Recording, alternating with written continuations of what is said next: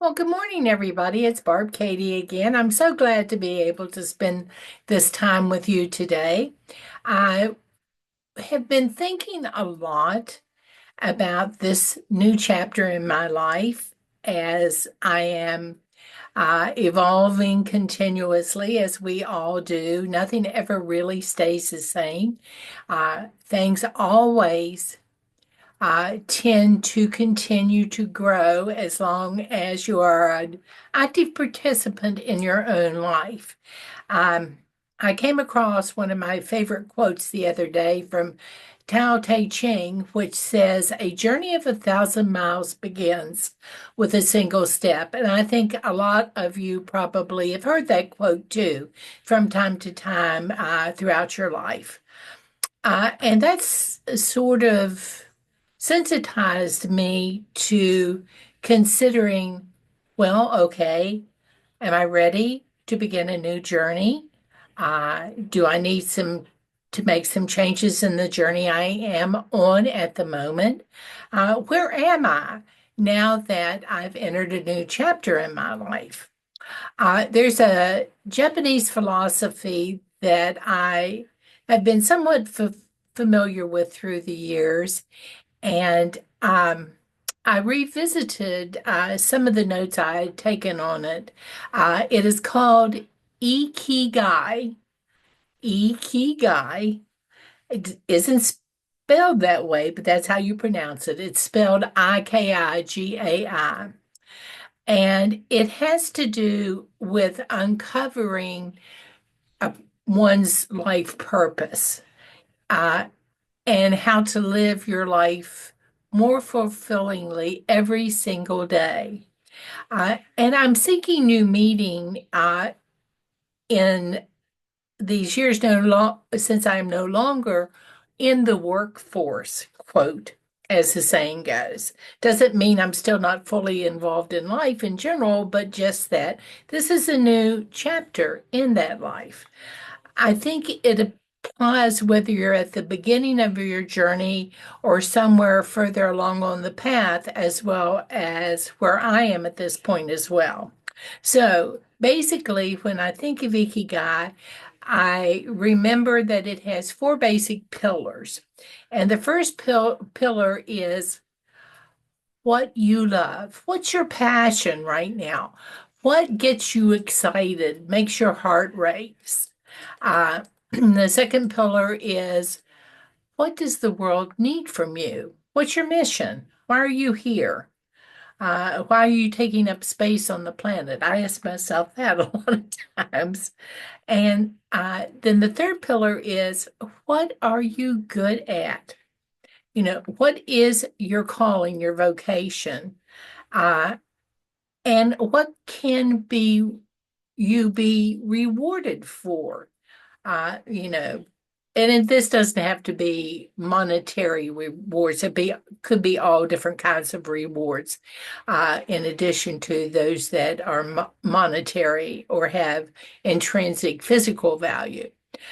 So I've just sort of spent some time considering this as one of many paths I've taken through my life uh, in order to make certain that I am living in the healthiest, happiest way possible. Because we don't get do-overs. Life is a one-time shot, and you want to make the best of it at whatever stage you are. So, Ikigai actually translates to reason for being. Why am I here? It's about finding the perfect balance between what you love, what you're good at, what the world needs more of, and what you like to be rewarded for. When all four elements come together, they form what is called your ikigai. The concept originated in Okinawa, Japan, of all places.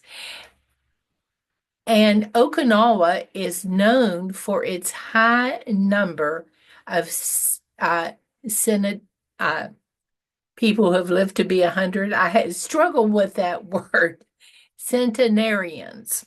Uh, this philosophy encourages us to pursue activities that bring joy and meaning to our lives at every point in our lives. And I reflect on people I have known at different ages and stages in your life. And I think that it's a valid conclusion on my part that all of these people saw purpose in their life at the point they were at that moment in time. And don't we all want to have some purpose for being? Now, these don't have to be big, lofty goals or grand achievements. Uh, they can be found in small, everyday moments that bring us happiness. Uh, Maybe you see it reflected in a teacher who loves to inspire young minds. You might see it in a gardener who finds joy in tending plants, or a retiree who volunteers at a local shelter. All are living their ikigai. They have purpose in their life. Why? Why bother? Benefits of discovering your life purpose. Uh, well, first of all, it enhances your overall well-being, but there are other benefits as well. First of all, mental clarity and focus. Uh, when we discover our purpose, it becomes easier to make decisions and prioritize our time because we know what truly matters to us. And I think that's very important. Something's got to matter that makes your eyes twinkle and gets your heart racing a little bit. Another element is emotional fulfillment. Pursuing your ikigai brings a sense of satisfaction and contentment. I'm doing what makes a difference. It helps you wake up each day with a sense of purpose and joy. I'm back awake and ready to fulfill my mission on the planet. It also, as far as physical health is concerned, uh, helps you stay healthy. It can reduce stress and it can actually improve your overall health. And studies have been done that show that people with a strong sense of purpose tend to live longer and healthier lives. Uh, the fourth key element is resilience. Knowing what your purpose is can help you navigate the challenges that we will face with greater resilience. Nobody gets through life without challenges. In how we cope with them at the time and learn from them is critically important to our life future. It provides a steady foundation to return to when times really get tough. And there are moments in our lives when times are tough. It also helps build stronger relationships. Living your reason for being often involves connecting with others who share your same passions and values, leading to stronger and more meaningful and fulfilling relationships so you don't feel like you're stranded on a desert island somewhere with no support or help. Truly important as we get older and we need to rely on others in new and different ways that we did not have to rely on before. You know, our lives become in ways more interdependent. Uh, so this week, I really have spent some time reflecting on moments of fulfillment. Uh, in my own life. I've been thinking about times when I felt the most fulfilled in the recent past. I can go back and I can look at a whole raft of moments where I got great satisfaction from things, but I wanted to really consider my recent past. What things have resonated most strongly with me and made me feel like I still have a sense of purpose? Uh, and I found that in order to do this, I really had to take some time for myself. So I found a quiet place where I could sit comfortably and think. No phone, no TV, no computer, no other distractions, just be still with myself. And I took a few deep breaths to center myself before I began to reflect on these moments of fulfillment that I have had and wonder at why these I found these moments so fulfilling. Uh, I thought about moments when I felt really happy. These could be, and in fact, were related to work around the house, within the community, whatever, hobbies that I enjoy, relationships that I have, and any other aspect of my life that I felt gave me purpose. I thought about what I was doing, who I was with, or was I alone, and why these moments were so fulfilling. And I actually took some time to write these things down to remember because sometimes I forget that uh, I have done things that have brought great meaning to my life. And I'll just share this example with you. I'm not going to talk a long time. We'll deal with more about this process in the weeks to come. I just want to give you a sense of where my mind was heading today. Uh, Here's an example. Uh, I am a literacy volunteer, which is something that I am just so passionate about. I think the gift of reading is a truly underappreciated gift.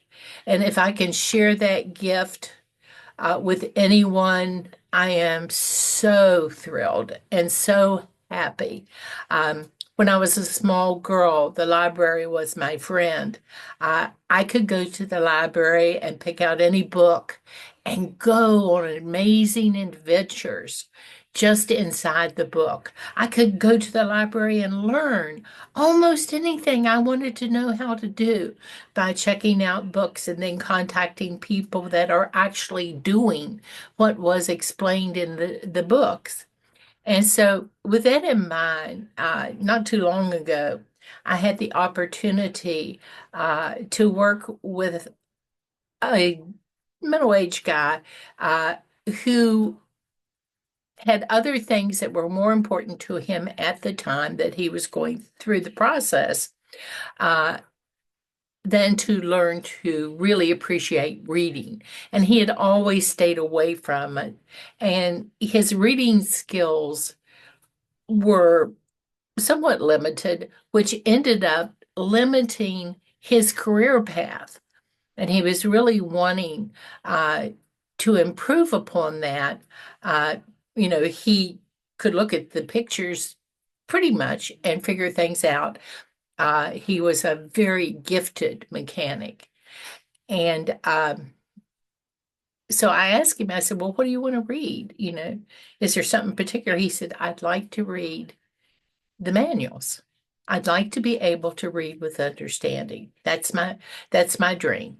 And so that was our teaching tool, the things he wanted to use in his career, in his work.